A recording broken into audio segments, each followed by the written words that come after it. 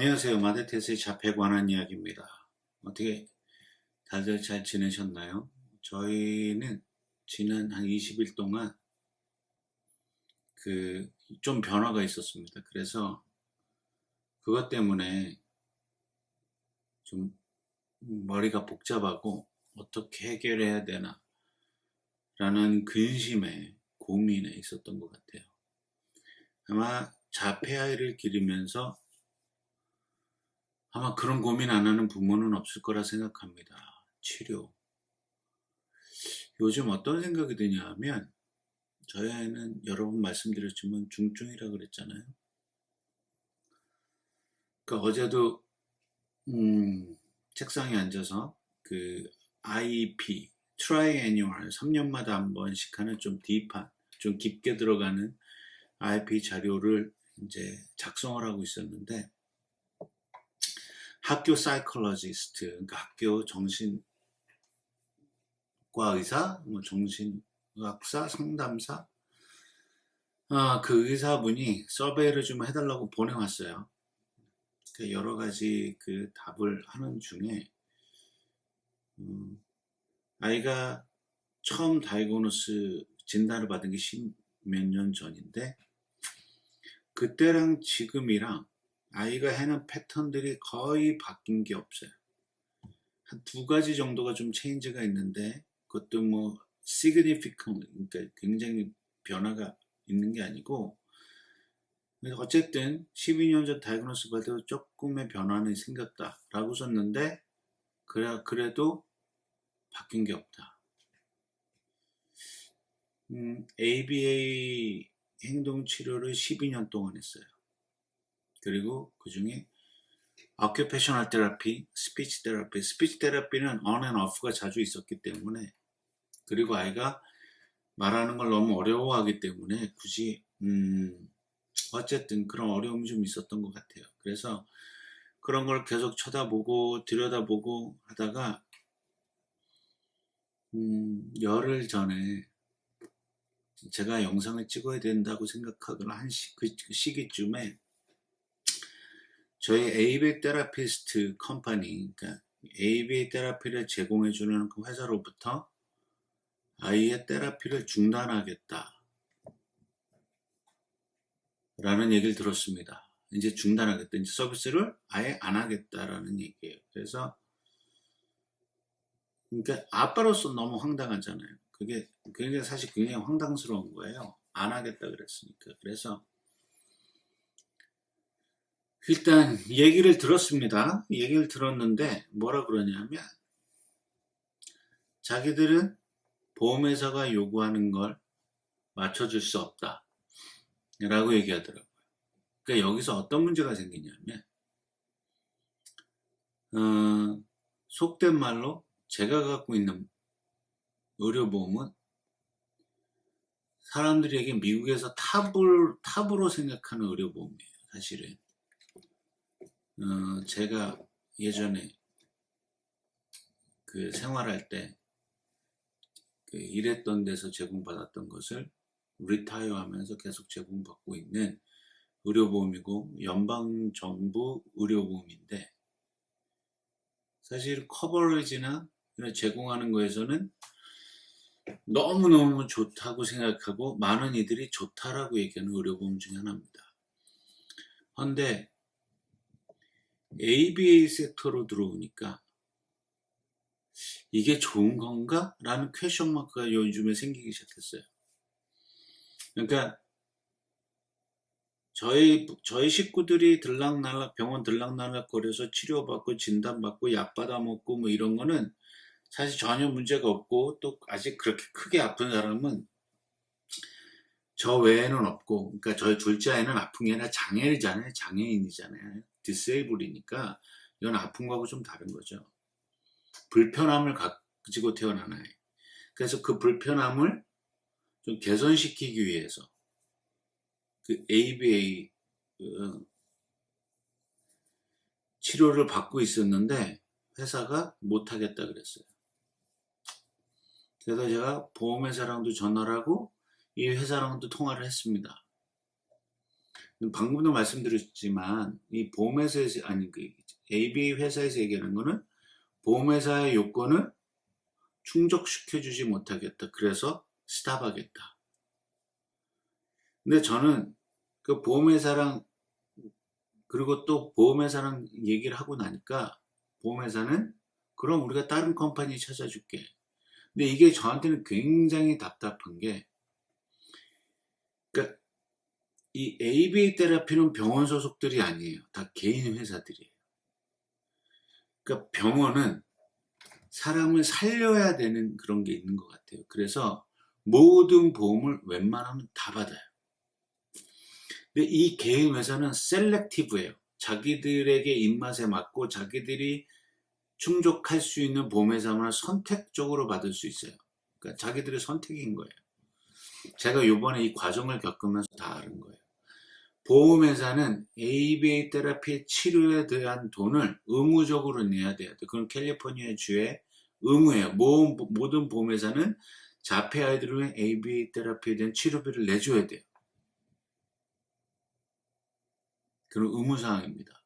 헌데 이 ABA 테라피를 ABA 테라피를 그 서비스를 제공하는 회사는 보험을 골라받을 권리가, 선택적 권리가 있어요.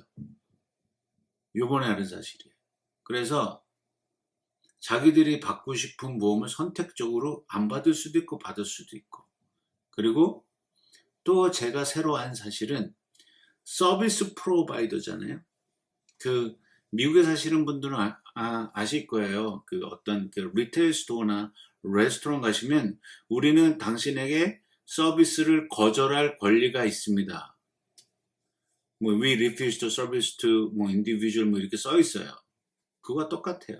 서비스 프로바이더이기 때문에 우리는 너에게 노티즈를 주고 서비스를 프로바이드 안 해도 된다. 그래서 내가 이거를 보험회사랑 얘기했습니다. 이게 리거 법적으로 가능한 일이냐? 그랬더니 30일 노티즈만 주면 가능하대요.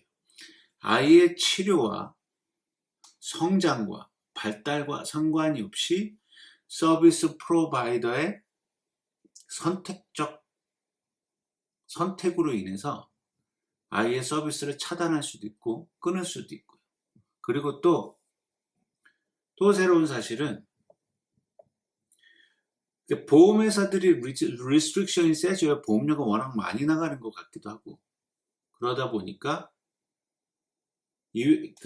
어떤 디테일한 건 사실 잘 모르겠어요. 그냥 표면적으로 보이는 거에 있어서 이 서비스 프로바이더 회사들이 보험에서 빠져나오게 돼요. 아웃 오브 네트워크. 만약에 저쪽 보험회사가 우리한테 돈을 더 적게 준다. 그러면 우리는 저 보험이랑 딜 안 하겠다 빼버리는 경우도 있는 것 같아요.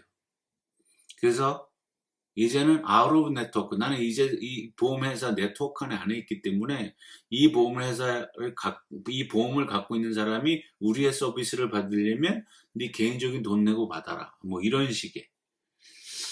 그러니까 요 과정을 요번에 겪고 나니까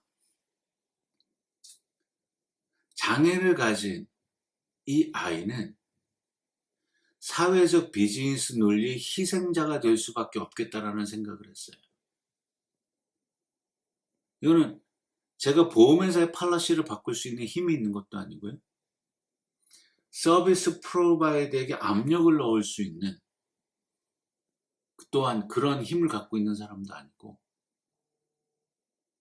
내가 만약 그 프로바이더의 무슨 그 대주주라든가 뭐 이렇다면 어떤 걸 푸시를 할 수 있는 게 있을지도 모르겠어요. 그런데 제가 그 서비스 프로바이더 컴퍼니를 오wn한 사람도 아니고 그렇다고 거기에 투자한 사람도 아니고 그렇기 때문에 이 사람들의 비즈니스 니드에 따라서 보험회사를 빠져나올 수도 있고 또 클라이언트한테 우리는 서비스를 못하겠다라고 노티즈를 줄 수도 있고 지금 저희 그 보험회사에서는 뭐 찾아주겠다고 했는데 제가 보험회사 웹사이트에 가서 그 리스트되어 있는 네트워크 안에 있는 회사를 다 전화했더니 그 올드 인포메이션이더라고요. 다시는 그 저희가 갖고 있는 보험을 안 받는다 그래요.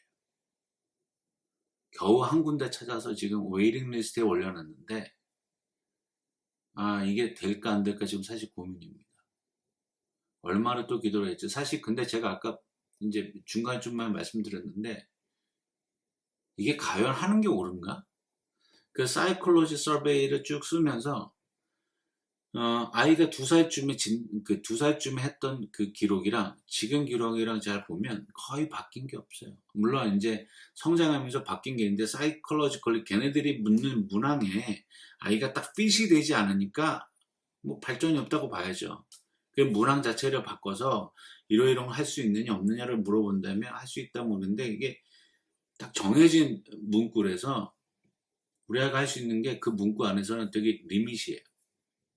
어쨌든 그러니까 이제 곧 15살이고 15세고 15세, 16세, 17세, 18세가 되는 생일에 성인으로 취급받기 때문에 이제는 저 후견인도 지정해야 되고 근데 여태까지 발전하지 않았던 그 여러 가지 그 라이프 스킬이라든가 이런 거에서 발전하지 않았던 아이가 ABA를 다시 시작한다고 해서 2, 3년 안에 이렇게 확 바뀔까? 라는 또 빅 퀘션 마크도 또 갖게 됐어요. 물론 찾아서 해봐야 되겠죠. 모르는 일이니까. 그런데 아이가 이런 의료 시스템과 비즈니스 사이에서 우리 장애 아이들은 희생자가 될 수밖에 없는 거예요. 이쪽은 돈이 안 돼서 이쪽은 돈을 적게 주려고 하고 그러니까 clinically 그러니까 저희 아이같이 중증 장애 계속 그 아픔과 힘든 불편함을 평생을 지고 살아가야 하는 이 아이에게는 빨리 커서 성인이 돼서 그런 치료와 이런 데서 떨어져 나가는 게 맞는 것 같아요. 이 사람들 비즈니스의 논리에 의하면. 그 저희 ABA 서비스 프로바이더는 작년 10월에도 이런 문제가 있었어요. 보험회사가 약간의 갈등이 있었어요. 보험회사가 요구하는 게 너무 많아서 안 할 것 같은 뉘앙스를 한번 준 적이 있어요. 그래서 저는 머릿속에 그럴 수도 있겠다라는 생각을 하고 있다가 딱 요번에 리뉴얼 해야 되니 every 6 months마다 리포트 보내야 되거든요. 그 회사는 보험회사로. 그런데 딱 요게 터진 거예요. 그러니까 저 자신은 너무 머리가 아픈 거죠. 아빠인데 여기서 완전히 아빠로서의 유즈레스, 헬플레스가 드러났어요. 이 큰 그러니까 뭐 이 회사는 작을 수 있어요. 그 덩치에 비해서. 근데 이 큰 보험회사의 팔러시나 이들이 서비스 프로바이더에 요구하는 그 리스트릭션 혹은 룰은 제가 바꿀 수가 없잖아요. 그냥 야 이거를 저기 상원이나 하원한테 편지를 써야 되는가. 사실 지금도 그런 고민을 하고 있습니다. 애들이 저희 그 보험회사의 어떤 제한적 사항 때문에 컴퍼니들이 떠나고 있거든요.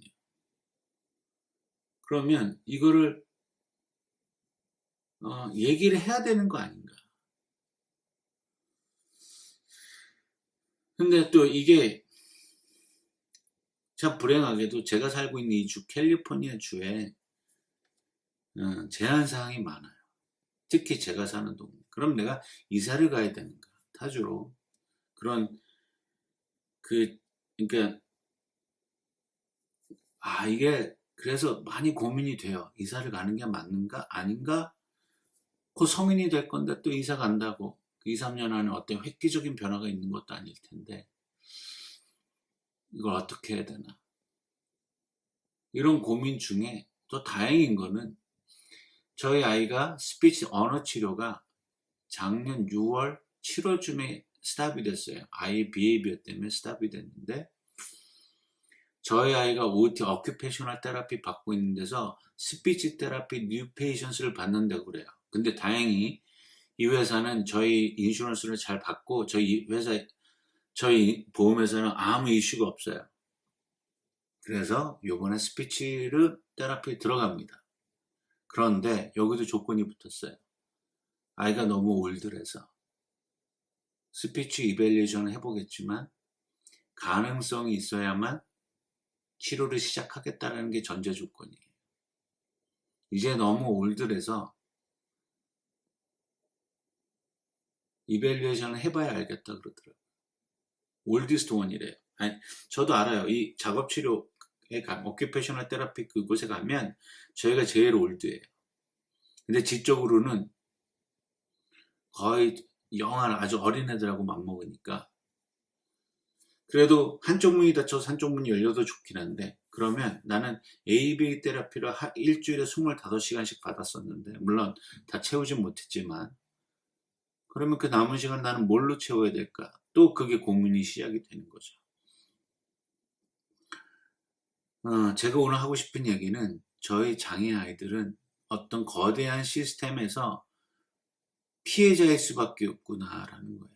수혜자일 수도 있겠지만 결국에는 그 어른들, 비즈니스 하는 사람들의 마인드에 의해서 이들은 장애 아이들을 어떤 임프루브 시키고 도와주고 보살펴야 된다는 조건이 아니라 하나의 돈을 끌어오는 수단, 돈을 지불해야 한다는 수단으로 보는 것 같아요. 그래서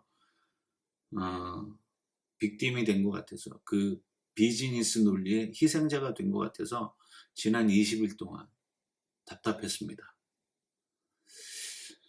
근데 이게 제가 오늘 이 말씀을 드리는 이유는 저한테만 있었던 경험이 저한테만 있지만은 않을 것 같아요. 다른 부모님들도 말은 안 하지만 이런 소가리를 앓고 계신 분들이 있을 것 같아서 오늘 한번 나눠봤습니다. 그럼 다음 영상에서 또 뵙겠습니다. 감사합니다.